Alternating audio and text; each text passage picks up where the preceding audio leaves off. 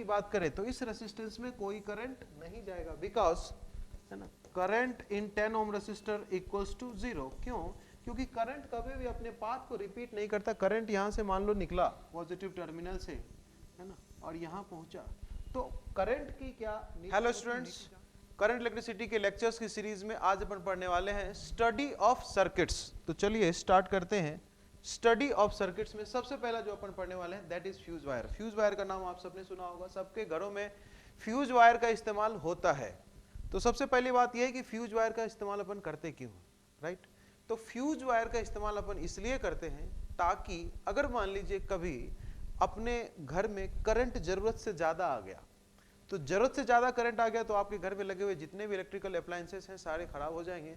तो उनको डैमेज होने से बचाने के लिए हम घर के शुरुआत में जहां से कनेक्शन आती है वहीं पे हम एक छोटा सा वायर कनेक्ट कर देते हैं। That wire is called fuse wire. इसका काम यह है कि आपके घर के इलेक्ट्रिकल अप्लायंसेस को हाई करंट से बचाना, है ना। तो इसका यूज है, सबसे पहला अपन इसके यूज की बात करें तो first use is to protect circuit from high current, to protect circuit from high current। अच्छा, ये कैसे प्रोटेक्ट कर पाएगा सर्किट को हाई करंट से? तो जैसे ही करंट एक लिमिट से ज्यादा होगी फ्यूज वायर मेल्ट हो जाएगा, और फ्यूज वायर मेल्ट हो गया का मतलब यह है कि कनेक्शन टूट गया, और कनेक्शन टूट हो गया तो टूटे हुए तार से करंट आगे की तरफ फ्लो नहीं कर सकती। तो इस प्रकार से ये खुद मेल्ट होके पूरे इलेक्ट्रिकल अप्लायंसेस को, आपके घर को एक्सेस करंट से सुरक्षित रखता है, ठीक है। तो अपन इसके बारे में अगली बात ये पढ़ लेंगे कि it have low melting point. इसकी मेल्टिंग पॉइंट कम होती है ताकि करंट जैसे ही एक लिमिट से ज्यादा हो तो ये तुरंत से मेल्ट हो जाए। इसको बनाया जाता है टिन और लेड की मदद से, है ना। इसको बनाया जाता है टिन और लेड की मदद से। 63% tin and 37% lead, right.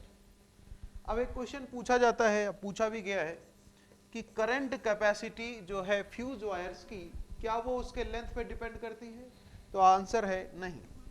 Current capacity is does not depends upon length of fuse wire. Fuse wire की लेंथ बढ़ाने या घटाने से उसके करंट कैपेसिटी पे कोई फर्क नहीं पड़ता, लेकिन current capacity is directly proportional to cross section के रेडियस की पावर 3/2। अगर वायर की थिकनेस बढ़ाएंगे तो उसकी करंट कैपेसिटी बढ़ जाएगी, राइट। चलिए आगे बढ़ते हैं, एक क्वेश्चन करके देखते हैं कि नीट इस पैटर्न पे क्वेश्चन कैसे पूछता है। नीट में पूछा हुआ क्वेश्चन है कि एक घर में 10 बल्ब लगा हुआ है और हर बल्ब की वोल्टेज पावर रेटिंग है 60 वाट्स। 5 फैंस लगे हुए हैं, हर फैन का पावर रेटिंग है 80 वाट्स, और एक हीटर लगा है 1 किलोवाट का, राइट। तो इस घर में जो फ्यूज वायर लगाया जाए उस फ्यूज वायर की करंट कैपेसिटी क्या हो? करेक्ट। जैसे सपोज करिए ये मैंने कनेक्शन कनेक्ट कर रखा है, पैरेलल कनेक्शन, जैसा कि अपने घरों में होता भी है, parallel connection of electrical devices, है ना। ऐसा ही पैरेलल कॉम्बिनेशन है, और घर में जो सप्लाई आता है दैट इज 220 वोल्ट एसी, है ना। तो 220 वोल्ट एसी के क्रॉस 10 बल्ब, 5 फैन और एक हीटर लगा हुआ है। आपको पूछ रहा है कि ये जो फ्यूज वायर है जो सीरीज के स्टार्टिंग में कनेक्टेड है, fuse wire is always connected in starting of the circuit. ध्यान रखिएगा, सीरीज में ऐड करते हैं और कहां? सर्किट के शुरुआत में। चलिए, तो इस फ्यूज वायर की करंट कैपेसिटी पूछा है कि क्या होगी, ठीक है। तो देखिए ये बल्ब जो हमारे जल रहे हैं 10 बल्ब, इन सभी बल्ब्स को करंट की जरूरत होगी। सबसे पहले पर ये निकाल देते हैं कि एक बल्ब को करंट की कितनी जरूरत पड़ेगी, राइट। आपने सीख रखा है formula, power equals to voltage into current. तो यहां से अपन करंट निकाल सकते हैं, I equals to power upon voltage. Power given है, हर बल्ब की पावर गिवन है कितनी? 60 वाट्स। तो यहां पे पुट कर दिया 60 watt divided by 220 volts, that is equals to 6/22 amps. 6/22 amps एक बल्ब को चाहिए। हमारे पास सर्किट में 10 बल्ब हैं, since we have 10 bulbs, 10 bulb हैं, तो 10 बल्ब को जो करंट चाहिए that is 10 times of this, तो 60/22 एम्पियर ये करंट चाहिए बल्ब। सिमिलरली आप फैन के लिए निकालिए, 4 फैंस, 5 फैंस के लिए एक साथ आप निकाल सकते हैं। एक फैन के लिए current equals to power upon voltage. Fan की पावर कितनी है? 80 वाट्स। फैन की पावर है 80 वाट्स, तो 80 वाट डिवाइडेड बाय फैन को वोल्टेज कितना मिल रहा है? 220 वोल्ट। 80 डिवाइडेड बाय 220, ये आ गया एक फैन का करंट। हमारे पास सर्किट में 5 फैंस हैं, तो इसको 5 से मल्टीप्लाई करिए। It is equals to 40 divided by 22 amps. 40 divided by 22 amps. Similarly हमारे पास सर्किट में एक हीटर भी है, तो चलिए हीटर की करंट निकालते हैं। करंट ऑफ वन हीटर ये कितना लेगा? I equals to P upon V। Power है हीटर की 1000 watt upon voltage 220। It is equals to 100 divided by 22 amps. 100 divided by 22 amps. तो टोटल करंट कितनी हो जाएगी? तीनों का sum I total equals to, इससे पहले देखा आपने बल्ब को चाहिए था 60 बाई 22, फैंस को चाहिए थे 40 by 22, 60 by 22 plus 40 divided by 22 plus 100 divided by 22, that is equals to 200 divided by 22, है ना। ये लगभग अप्रोक्सीमेट ये आ जाएगा 9.5 एम्पियर के आसपास, है ना, इससे थोड़ा सा कम। तो अपन 9.5 एम्पियर का करंट कैपेसिटी का फ्यूज वायर इस सर्किट में इस्तेमाल कर सकते हैं। नेक्स्ट है स्टडी ऑफ सर्किट्स में ग्रुपिंग ऑफ रेसिस्टर्स, और उसके बाद अपन केवीएल और केसीएल की तरफ आगे बढ़ेंगे, है ना। स्टडी ऑफ सर्किट्स में सबसे पहले आपने पढ़ा फ्यूज वायर, सेकंड अपन पढ़ने वाले हैं ग्रुपिंग ऑफ रेसिस्टर्स। जैसा कि आप लोगों को पहले से भी पता है, there are two grouping, series and parallel. Series connection कुछ इस प्रकार से कनेक्ट रहते हैं रेसिस्टर्स, तो दे आर इन सीरीज, और पैरेलल कॉम्बिनेशन कुछ इस प्रकार से, राइट। सीरीज कॉम्बिनेशन की बात करें तो आप क्लियरली देख सकते हैं कि तीनों ही या फिर जितने भी रेसिस्टर्स हैं R1, R2, R3, R4 से लेके Rn तक, इन सब में करंट सेम फ्लो करेगा। Current will be same in all resistors. चूंकि और कोई दूसरा रूट नहीं है, एक ही रूट पॉसिबल है इस केस में, यानी कि इन सब में करंट सेम फ्लो करेगा। Current is same but voltage gate divided,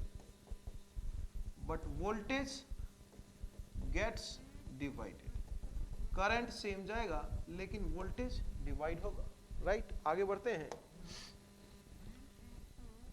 are equivalent की बात करें तो आर इक्विवेलेंट हो जाएगा R1 plus R2 up to Rn। जितने भी रेसिस्टर्स हैं सीरीज में कनेक्टेड जिनमें करंट सेम जा रही है, अपन उन सब का सिंपल अलजेब्रिक सम ले लेंगे तो उनका R इक्विवेलेंट आ जाएगा। यदि all resistors have same value, if all resistors have same value,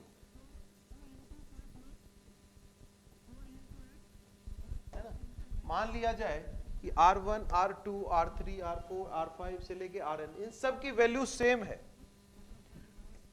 R1 equals to R2 equals to R3, जितने भी रेसिस्टर्स हैं इन सब की वैल्यू सेम है, and that is equals to R, और total number of n resistors.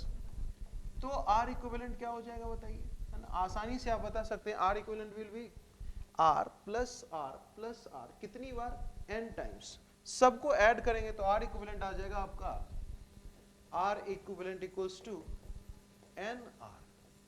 एक और बात ध्यान रखनी है कि इक्विवेलेंट रेसिस्टेंस, सीरीज कॉम्बिनेशन में जो इक्विवेलेंट रेसिस्टेंस आएगा वो सभी इंडिविजुअल रेसिस्टेंसेस से बड़ा होगा। तो आप इस बात का ध्यान रखिए, इट इज बिगर देन इसकी value, it's value bigger than any other resistance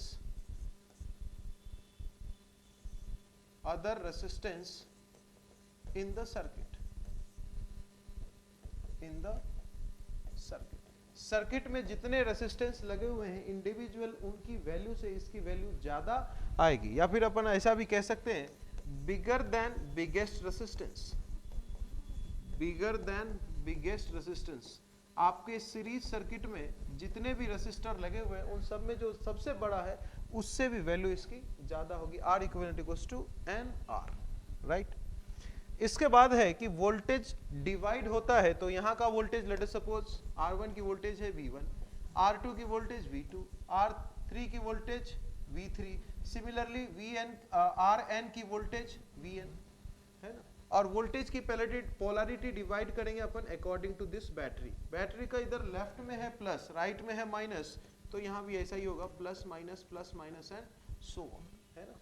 अब देखिए चूंकि करंट सब में सेम है, आप देख सकते हैं इन सब में करंट सेम है, तो वोल्टेज इक्वल्स टू आपने पढ़ा है V equals to I R, आपने पढ़ा है V equals to I R. चूंकि करंट सब में सेम है तो आप कह सकते हैं कि voltage is directly proportional to resistance, voltage is directly proportional to resistance.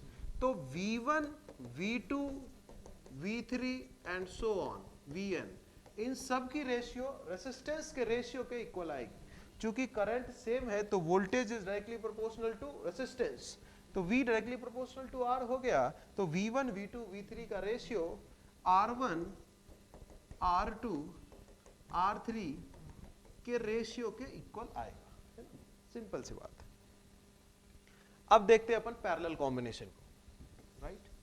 Parallel combination में वोल्टेज सेम होगी, देखिए यहाँ का वोल्टेज, यहाँ का वोल्टेज, यहाँ का वोल्टेज, यहाँ का वोल्टेज, ये सारे वोल्टेज सेम होगा, यहाँ का वोल्टेज, यहाँ का वोल्टेज, यहाँ का वोल्टेज सेम।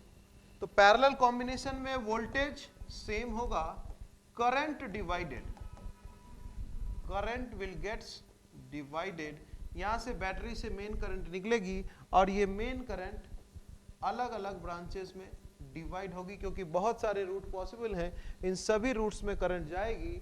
इसका मतलब है कि करंट पैरेलल सर्किट में डिवाइड होती है, वोल्टेज सेम रहता है। आर इक्विवेलेंट के लिए फॉर्मूला है 1/R equivalent equals to 1/R1 plus 1/R2 से लेकर 1/Rn, है ना। जैसा यहाँ पे था R equivalent equals to simple algebraic sum, यहाँ पे उल्टा है इसका, 1/R equivalent equals to 1/R1 से लेके 1/Rn तक, राइट। ये तो दूसरा पॉइंट हो गया। यहाँ पे देखा आपने, अगर सभी रेसिस्टर्स की वैल्यू सेम हो तो R इक्विवेलेंट आता था N टाइम्स R, यहाँ पे उसका जस्ट अपोजिट होगा। If all resistors have same value, if all resistors have same value of R, then in this case R equivalent is R by N, then R equivalent is R by N, right. It is smaller than smallest, जैसा कि ये आपने देखा bigger than biggest resistance in the circuit, resistance में कोई भी circuit जो सबसे बड़ा है उससे भी ये बड़ा होगा, ये जिसका जस्ट अपोजिट है। रेसिस्टेंस की वैल्यू, ये इक्विवेलेंट रेसिस्टेंस की वैल्यू सर्किट में छोटे से छोटे रेसिस्टेंस से भी छोटा होगा, तो अपन ऐसा लिखते हैं smaller than smallest resistance in the circuit, smaller than smallest resistance in the circuit, ठीक है, सबसे छोटा होगा ये, राइट।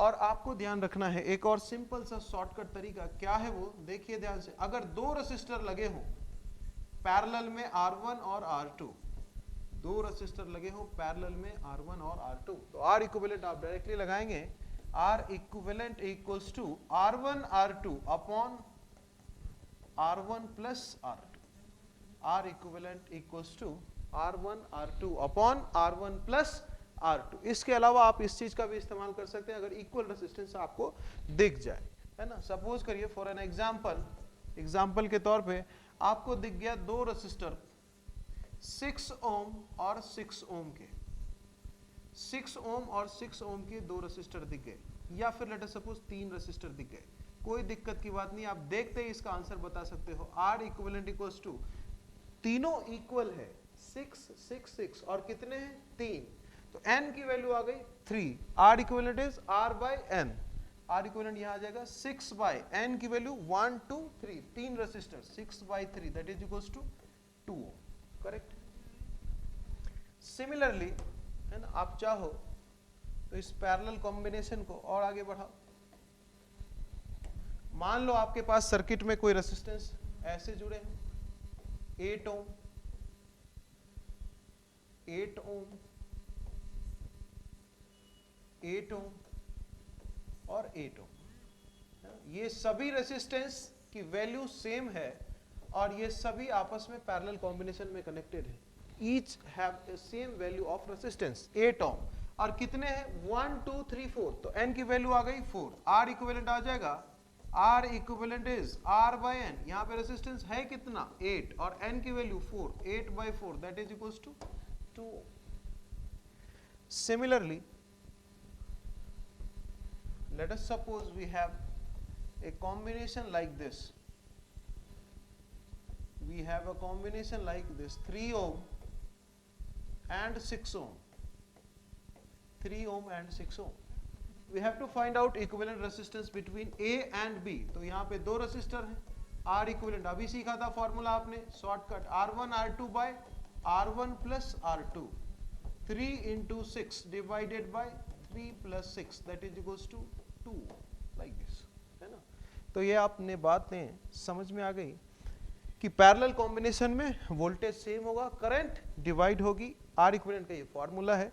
अगर सभी रेसिस्टेंस की वैल्यू सेम हो तो R equivalent is R by n, ठीक, स्मॉलर देन स्मॉलेस्ट रेसिस्टेंस।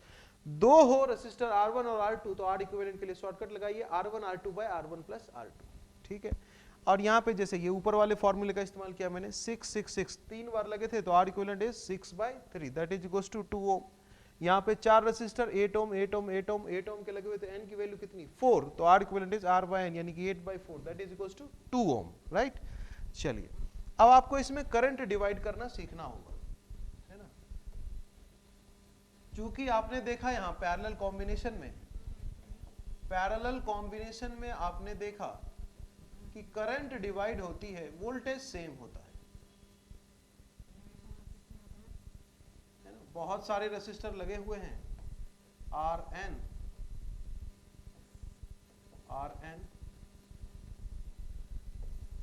ये रहा आपका वोल्टेज सोर्स, है ना। ये सभी आपस में पैरेलल में लगे हैं, R1 R2 R3 R4 से लेकर Rn, राइट।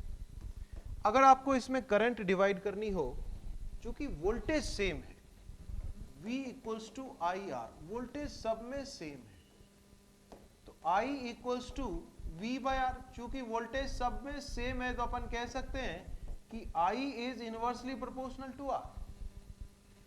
तो फिर इन ब्रांचेस में जाने वाले करंट का रेशियो, ये I1 I2 I3 and so on, I1 I2 I3 I4 and In की value 1 by R1, 1 by R2, 1 by R3, 1 by R4, 1 by Rn, so ऐसी होगी कुछ।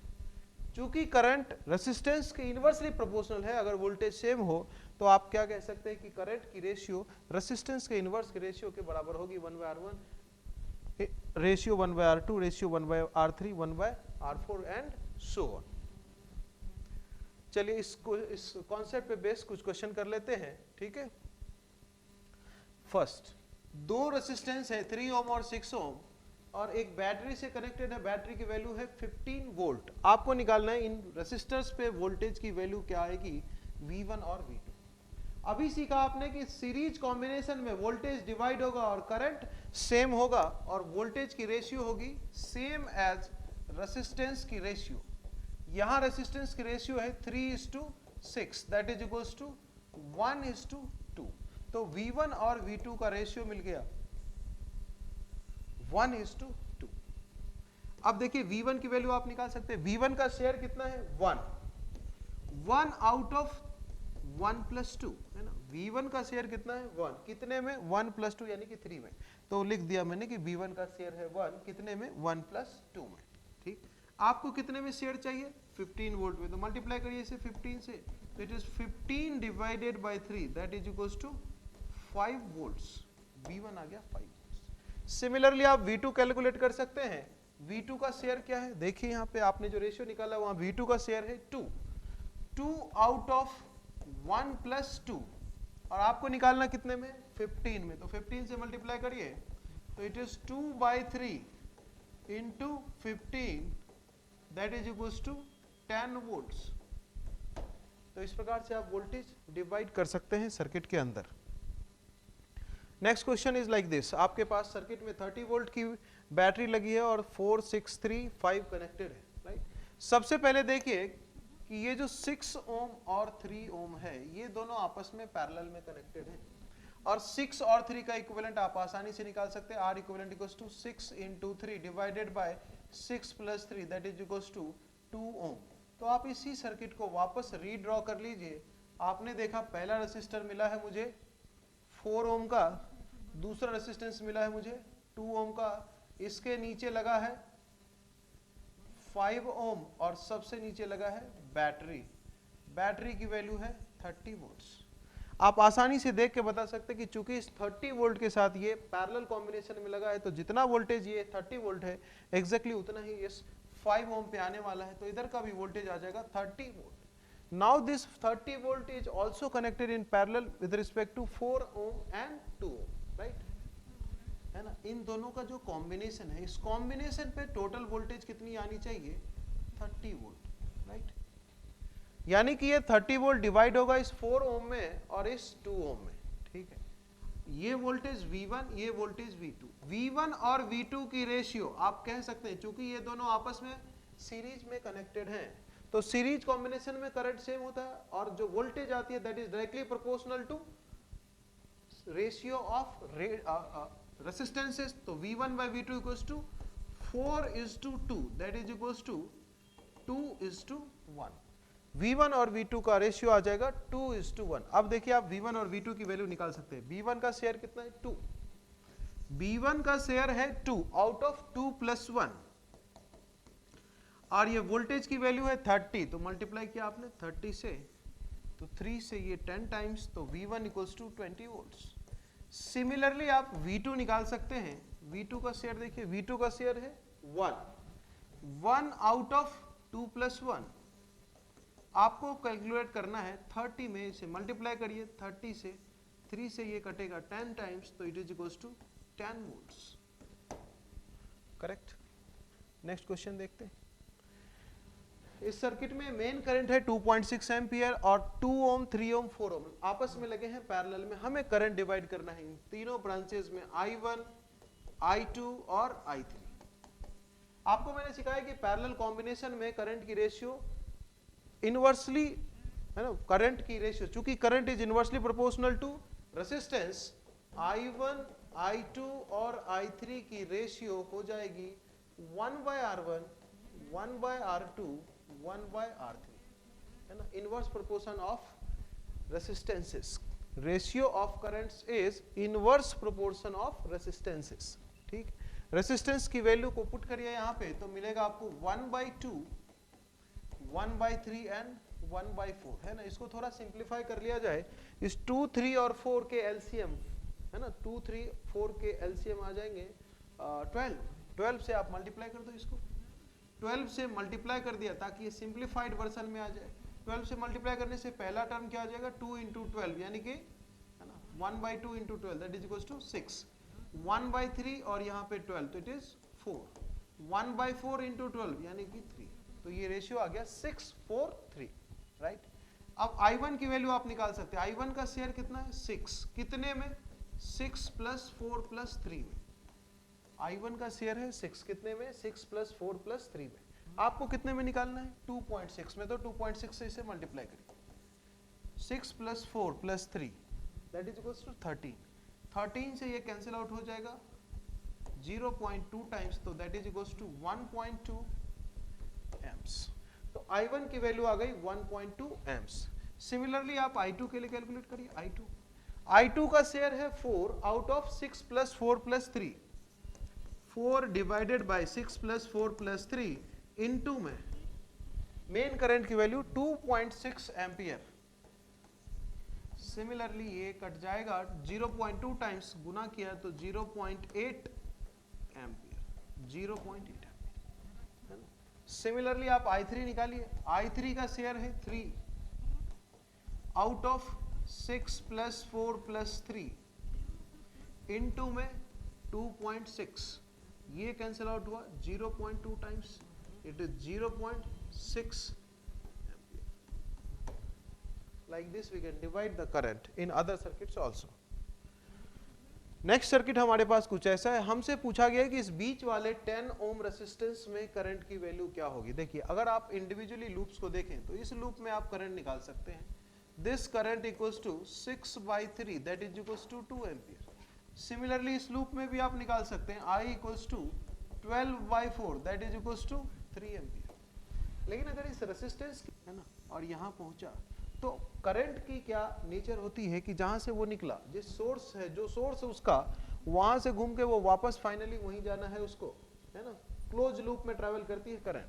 तो वापस इसी बैटरी में आने के लिए अगर ये सामने गया तो पाथ को रिपीट करना पड़ेगा, और करंट कभी भी अपने पाथ को रिपीट नहीं करता, इसलिए इस बीच 10 ओम वाले रेसिस्टेंस में कोई करंट पास नहीं करेगा, है ना। Current only flows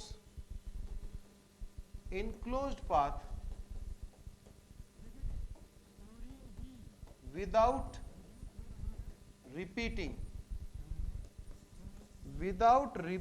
its path, है ना, पाथ रिपीट नहीं करती, तो इसीलिए इस 10 ओम वाले रेसिस्टेंस में कोई भी करंट पास नहीं करेगी। Next question is find R equivalent across A and B. R A B की वैल्यू बताइए, है ना, ए और बी के क्रॉस रेसिस्टेंस की वैल्यू बताइए, है ना। जब भी आपसे किसी दो पॉइंट्स के बीच में रेसिस्टेंस बोले तो आप एक बैटरी कनेक्ट कर लो ताकि आपको करंट डिवाइड करके आइडिया लग जाए कि कौन से कंपोनेंट सीरीज में है या पैरेलल में। चलिए आपने एक बैटरी लगा दिया, इधर से करंट निकलेगी, करंट यहाँ पहुंचेगी, करंट इन दोनों में डिवाइड होगा। अब ध्यान से देखिएगा तो आपको पता चलेगा कि ये वाली जो करंट है ये कहीं डिवाइड नहीं हो रही, जितना करंट इधर से पास कर रहा है उतना ही करंट इधर से पास कर रहा है, यानी कि इन दोनों एलिमेंट्स में करंट की वैल्यू सेम है। इसका मतलब ये है कि ये दोनों आपस में सीरीज में कनेक्टेड हैं, तो इसकी वैल्यू आ गई 2R। सर्किट को वापस आप सिंप्लीफाई करके कुछ ऐसा ड्रॉ कर सकते हो, ये ऊपर वाला पोर्शन आ गया 2R और ये नीचे वाला जो पोर्शन था दैट इज R। ये पॉइंट है A और ये पॉइंट। अब आप क्लियरली देख सकते हैं कि ये दोनों इन दोनों पॉइंट्स के अक्रॉस पैरेलल में कनेक्टेड हैं, तो R इक्विवेलेंट इज 2R into R upon 2R plus R that is equals to 2R/3 ohms. Next we have a circuit like this. हमें निकालना है R equivalent across AB. What is RAB? चलिए देखते हैं। AB के अक्रॉस निकालना है, आपने एक बैटरी लगा दी। अब देखिए इस बैटरी से करंट निकलेगा यूं, यहां पहुंचा, करंट डिवाइड होगा इसमें और इसमें। आप ध्यान से देखेंगे तो पाएंगे कि इन दोनों रेसिस्टेंसेस में करंट की वैल्यू सेम है, यानी कि ये दोनों आपस में सीरीज में कनेक्टेड है, दैट इज इक्वल्स टू 20 ओम। 10 और 10 अगर आपस में सीरीज में कनेक्टेड है तो इक्विवेलेंट रेसिस्टेंस विल बी 20 ओम। अब देखिए वापस मैं इस सर्किट को रीड्रॉ कर दूं तो ये सर्किट कुछ ऐसा दिखेगा, ऊपर है 20 ओम, नीचे है एक 10 ओम, यहां एक रेसिस्टेंस 10 ओम, यहां एक रेसिस्टेंस 10 ओम। ये 20 और ये 10 आपस में पैरेलल कॉम्बिनेशन में है, तो इन दोनों का इक्विवेलेंट आप निकाल सकते हैं। 20 into 10 फॉर्मूला आपने सीख रखा है, R1 R2 by R1 plus R2, तो 20 into 10 divided by 20 plus 10, it is 200 divided by 30, that is equals to 20/3 ohms। तो यहाँ का रेसिस्टेंस आ गया 20/3 ohms। एक बार और इस सर्किट को रीड्रॉ किया तो ये बीच वाला रेसिस्टेंस आ जाएगा 20/3 ohms और साइड के दो रेसिस्टेंसेस 10 ohm एंड 10 ohm। अब आपका सर्किट काफी ज्यादा सिंप्लीफाई हो चुका है। आप क्लियरली देख सकते हैं कि ये ए बी के अक्रॉस तीनों रेसिस्टेंस आपस में सीरीज में कनेक्टेड हैं, तो answer will be R equivalent equals to 10 plus 20/3 plus 10, that is 20 plus 20/3, 20 plus 20/3 that is equals to 80/3 ohms। Equivalent resistance is 80/3 ohms। आगे बढ़ते हैं। Next we have a circuit like this. आप इसके across एक battery connect कर दो, क्योंकि आपसे क्वेश्चन में पूछा गया है कि RAB की वैल्यू क्या होगी। इन दोनों पॉइंट्स के अक्रॉस इक्विवेलेंट रेजिस्टेंस पूछा है, तो आपने इसके अक्रॉस एक बैटरी कनेक्ट कर दी, राइट। अब यहाँ इस बैटरी से देखिए, इस टर्मिनल से करंट निकलेगी, करंट आके डिवाइड होगा इधर और इधर। ये करंट जब आगे इस टर्मिनल पे पहुंचा तो ये ऊपर वाले लूप में नहीं जाएगी, क्योंकि अगर ऊपर वाले लूप में गया तो वापस इसी पॉइंट से इसको इस लूप में आना पड़ेगा, और करंट कभी भी अपने पाथ को रिट्रेस नहीं करती। तो इसका मतलब ये है कि ऊपर वाले लूप में कोई करंट फ्लो नहीं होगा। सर्किट को वापस रीड्रॉ किया जाए तो सर्किट कुछ ऐसा दिखेगा, R R and R, this point is A, this point is B।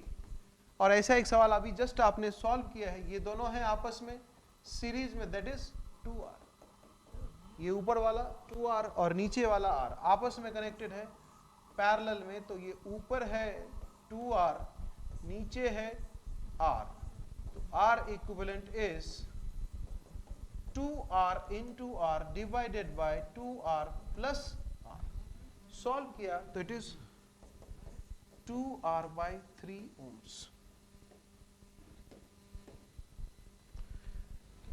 Next question is this, we have a network like this, सभी की वैल्यू सेम है।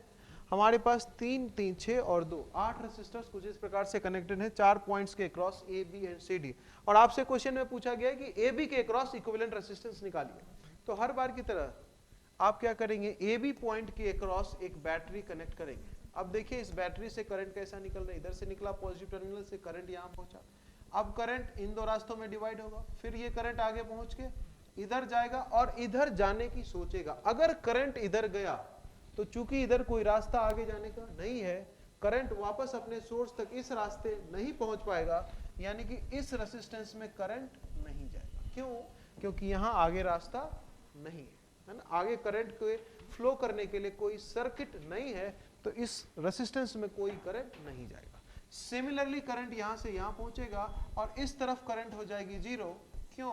क्योंकि इस रेसिस्टेंस से आगे फ्लो करके वापस सोर्स तक जाने का कोई रास्ता नहीं है।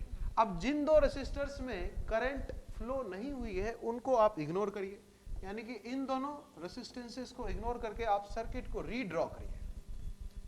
सर्किट को रीड्रॉ करेंगे तो सर्किट कुछ ऐसा दिखेगा। सर्किट को रीड्रॉ करेंगे तो सर्किट आपका कुछ ऐसा दिखेगा।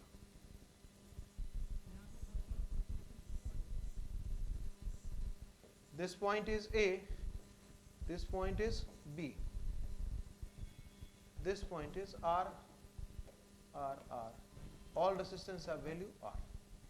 ये दोनों रेसिस्टर्स निकल गए तो सर्किट हमारा कुछ ऐसा दिखेगा। ठीक है, अब आप क्लियरली देख सकते हैं कि ये तीनों रेसिस्टेंस आपस में सीरीज में है, क्योंकि इन तीनों में करंट की वैल्यू सेम जाएगी। एक सिंगल रूट है, इन तीनों में करंट की वैल्यू सेम जाएगी, इसका मतलब तीनों आपस में सीरीज में कनेक्टेड हैं।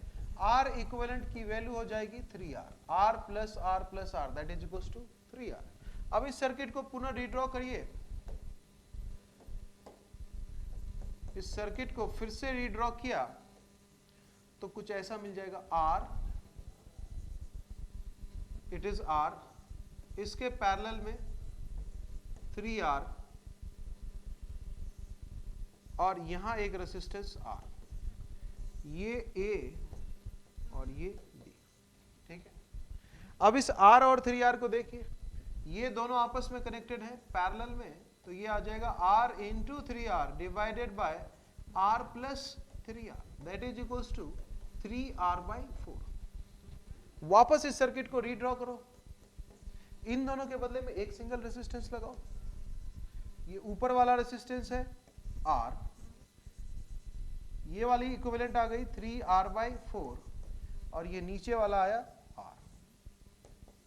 This point is A, this point is B।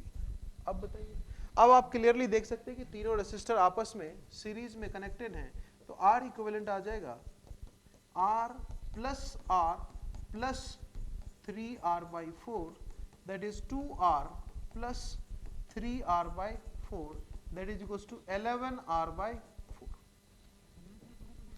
Same question repeat किया गया है, आपसे पूछा है कि इस बार R across A and D, इन दोनों पॉइंट्स के क्रॉस रेसिस्टेंस निकालिए। A और D के क्रॉस आपसे रेसिस्टेंस पूछा गया है, तो आपने एक बैटरी कनेक्ट कर दी पॉइंट A और D के अक्रॉस लाइक दिस। अब देखिए यहां से करंट फ्लो करेगा, करंट फ्लो करता हुआ यहां पहुंचेगा, इन दोनों रेसिस्टर्स में डिवाइड होगा, लेकिन करंट इस वाले रेसिस्टर में फ्लो नहीं करेगा क्योंकि आगे रास्ता नहीं है। ठीक, तो करंट इधर आ गया, वापस ये लूप कंप्लीट हुआ। और इस रेसिस्टर को देखिए ध्यान से, तो इस रेसिस्टेंस में भी करंट का फ्लो नहीं होगा क्योंकि ये क्लोज लूप नहीं बनता, आगे कोई रास्ता नहीं है करंट के फ्लो होने के लिए। तो इस रेसिस्टर में और इस रेसिस्टर में करंट फ्लो नहीं करेगी। अगर मैं सर्किट को रीड्रॉ कर लूं इन दोनों रेसिस्टेंसेस को इग्नोर करके, तो सर्किट हमारा कुछ ऐसा दिखेगा, आर आर आर, कुछ ऐसा,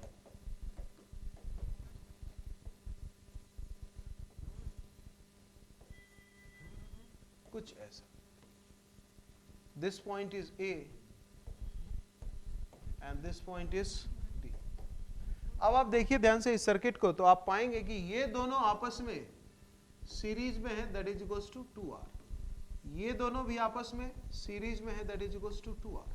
और चूंकि ये 2R ये 2R दोनों आपस में पैरेलल है, तो इनका R इक्विवेलेंट हो जाएगा इनका half, 2R/2 that is equals to R। तो आपका सर्किट अब कुछ ऐसा दिखेगा। ये ऊपर एक रेसिस्टेंस है R, ये बीच वाला आ गया फिर से R, और एक ये D के पास वाला R। This point is A, this point is D। तो RAD equals to RRR that is equals to 3R। So correct answer is 3R, है ना। फिर से समझिए, ये R और R सीरीज में 2R, ये R और R सीरीज में 2R, 2R 2R आपस में पैरेलल, तो 2R का इक्विवेलेंट होगा उसका आधा यानी कि R। तो इसलिए आपने बीच में लगाया एक रेसिस्टेंस R। ये R इन चारों रेसिस्टेंसेस का कॉम्बिनेशन है और तीनों आ गए आपस में सीरीज में, तो R इक्विवेलेंट इज 3R। एक देखेंगे अपन इनफाइनाइट लैडर, है ना। We have an infinite ladder like this.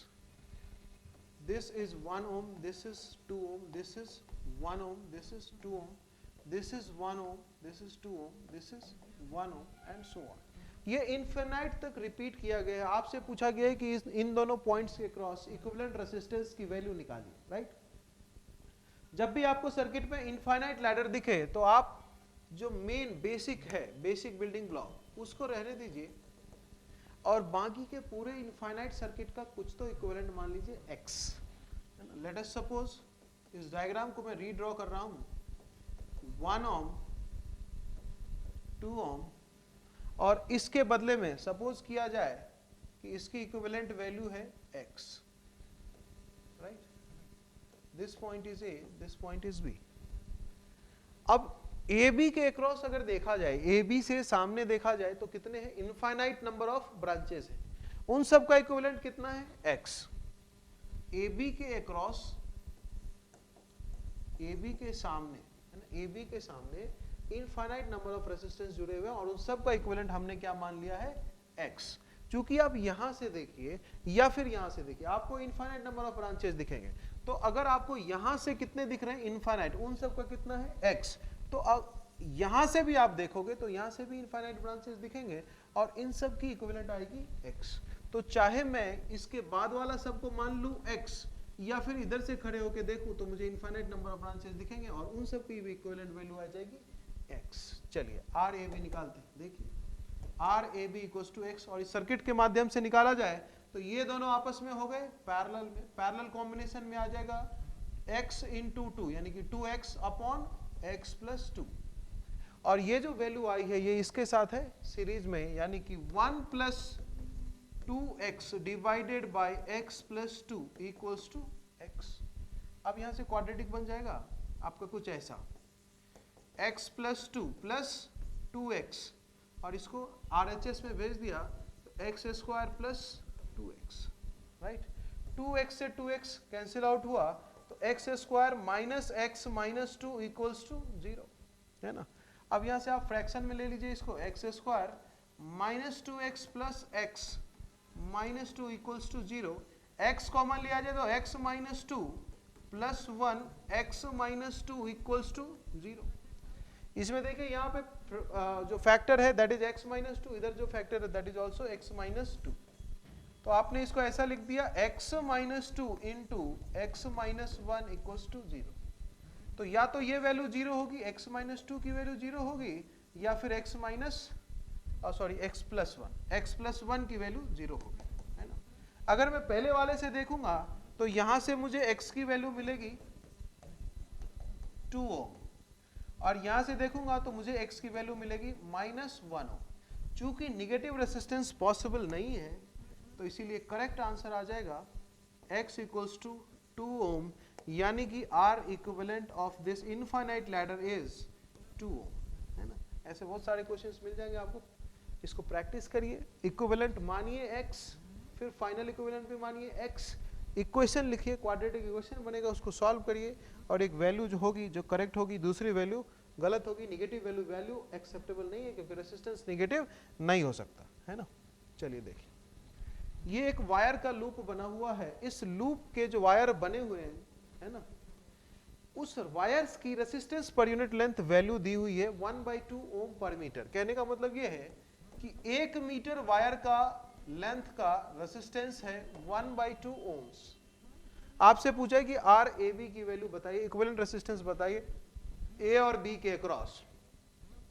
अब देखिए इसकी जो ये वाली लेंथ होगी, है ना, ये लेंथ हो जाएगी पाई इंटू में आर, रेडियस की वैल्यू है 1 मीटर, तो pi into 1 that is equals to pi metre. तो ऊपर वाले वायर की लेंथ हो गई पाई मीटर, नीचे वाले वायर की भी लेंथ हो गई पाई मीटर, बीच वाले वायर की लेंथ हो गई 2 मीटर, है ना, क्योंकि इसकी रेडियस है 1 मीटर, इसका डायमीटर हो जाएगा 2 मीटर, इसलिए बीच वाला वायर की लेंथ हो गई 2 मीटर। ठीक है, अब चलिए ऊपर वाला वायर का रेसिस्टेंस निकाला जाए R1, इस बीच वाले वायर का रेसिस्टेंस निकाला जाए R2, और इस नीचे वाले वायर का रेसिस्टेंस निकाला जाए R3। तो ये तीनों ए बी पॉइंट के अक्रॉस कुछ इस प्रकार से कनेक्टेड होंगे, है ना। ये ऊपर वाला वायर का रेसिस्टेंस R1, बीच वाले का R2, नीचे वाले का R3, राइट। ऊपर वाले वायर की लंबाई है पाई मीटर। आपने देख रखा है कि 1 मीटर वायर की लेंथ की लंबाई की रेसिस्टेंस है 1/2, तो पाई मीटर के लेंथ की लंबाई रेसिस्टेंस हो जाएगा pi into 1/2 that is equals to पाई/2 ओम्स। सिमिलरली ये बीच वाला वायर का लेंथ है 2 मीटर, तो 2 मीटर लेंथ के लंबाई की, है ना, 2 मीटर लेंथ की वायर का रेसिस्टेंस हो जाएगा 2 into 1/2 that is equals to 1 ohm. अब इन तीनों रेसिस्टेंस की वैल्यू पुट करिए। R1 ऊपर वाला रेसिस्टेंस आपने निकाला पाई/2, नीचे वाला रेसिस्टेंस निकाला आपने पाई/2, और ये बीच वाला रेसिस्टेंस निकाला आपने 1 ओम। अब देखिए पाई/2 और पाई/2 का इक्विवेलेंट आ जाएगा पाई/4, है ना, पाई/2 और पाई/2, ये ऊपर वाला पाई/2 और नीचे वाला पाई/2, इन दोनों का इक्विवेलेंट आ जाएगा पाई/4, और बीच वाला रेसिस्टेंस है 1 ओम। आपस में ये दोनों लगे हैं पैरेलल में, this point is A, this point is B, है ना। इसी सर्किट को मैंने वापस रीड्रॉ किया है, पाई/2 और पाई/2 का आधा हो जाएगा पाई/4, चूंकि वो पैरेलल में है। अब इनका आर इक्विवेलेंट आप निकाल सकते हैं। आर इक्विवेलेंट इक्वल्स टू पाई/4 इंटू में 1 अपॉन पाई/4 प्लस 1। सॉल्व करेंगे तो ये आ जाएगा पाई/4 divided by pi plus 4 divided by 4, 4 से 4 कैंसिल आउट हुआ, तो it is pi divided by pi plus 4। तो इक्विवेलेंट रेसिस्टेंस आ गया सर्किट का pi divided by pi plus 4 ohms. This is the correct answer.